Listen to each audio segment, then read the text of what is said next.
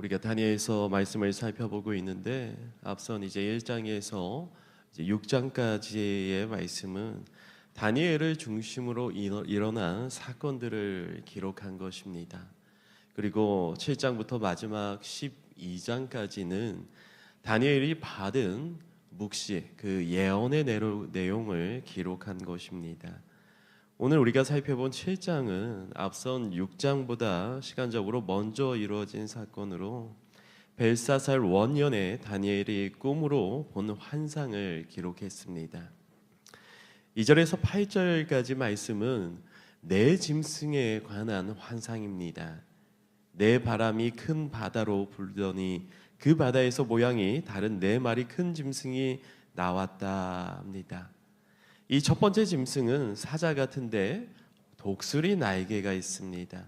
그리고 두 번째 짐승은 곰 같은데 입에 치아 사이에서 새 갈빗대가 물려 있습니다. 세 번째 짐승은 표범 같은데 머리와 등에 날개가 각각 4개씩 있습니다. 네 번째 짐승은 쇠로 된 큰 이가 있고 뿔이 10개가 있는데 그 뿔 사이에 눈과 입이 있는 작은 뿔들이 있는 무서운 모양입니다. 9절에서 10절에는 심판주 하나님과 그의 보좌 환상입니다. 왕의 보좌와 아래에 바퀴가 있는데 바퀴는 불이고 보좌는 불꽃의 모양입니다. 그곳에 옷이 눈같이 희고 머리털은 깨끗한 양털 같은 분이 앉으셨는데 옛적부터 항상 계시니라고 불렀습니다. 왕 앞에는 수많은 사람들이 있었고 왕이 심판을 행하는데 그 앞에 책들이 펼쳐져 있었습니다.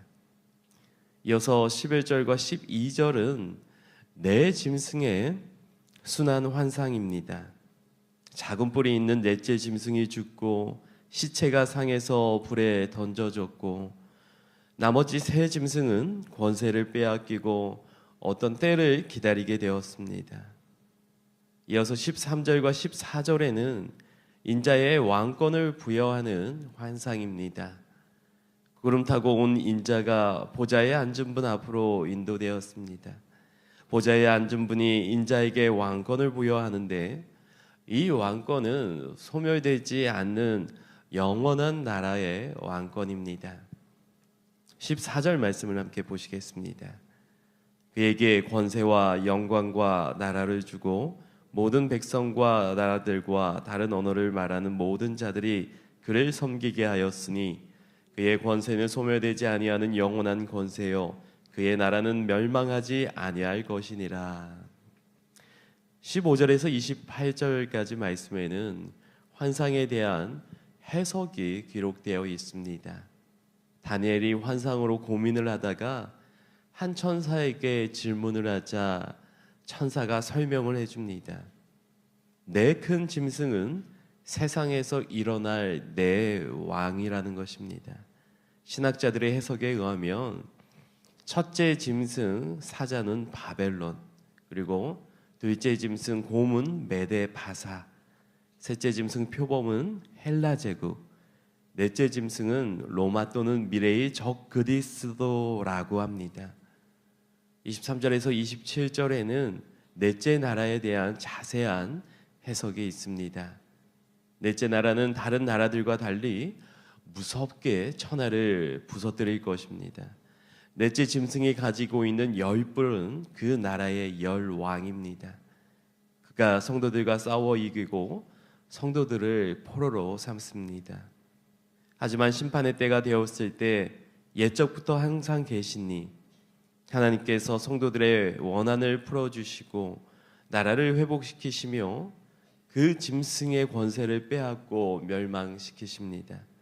결국 모든 나라가 하나님의 거룩한 백성에게 붙임바되고 모든 권세자들이 하나님 앞에 복종하게 됩니다.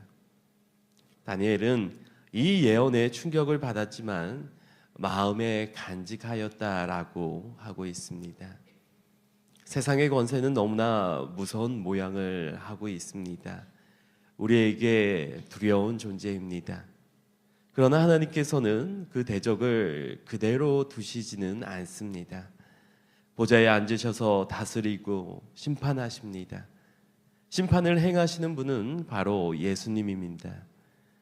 하나님께서는 예수님에게 왕권을 주셨습니다. 우리는 예수 그리스도의 통치 아래서 구원을 받고 자유함을 얻게 됩니다. 하나님께서 예수 그리스도를 통해서 영원한 나라의 소망을 우리에게 주셨으니 우리는 더 이상 그 어둠의 권세를 두려워할 필요가 없는 것입니다.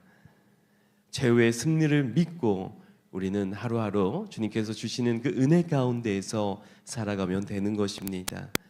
오늘 하루도 주님께서 주시는 그 은혜의 소망을 갖고 기대하며 승리하는 하루 살아갈 수 있기를 간절히 소망합니다.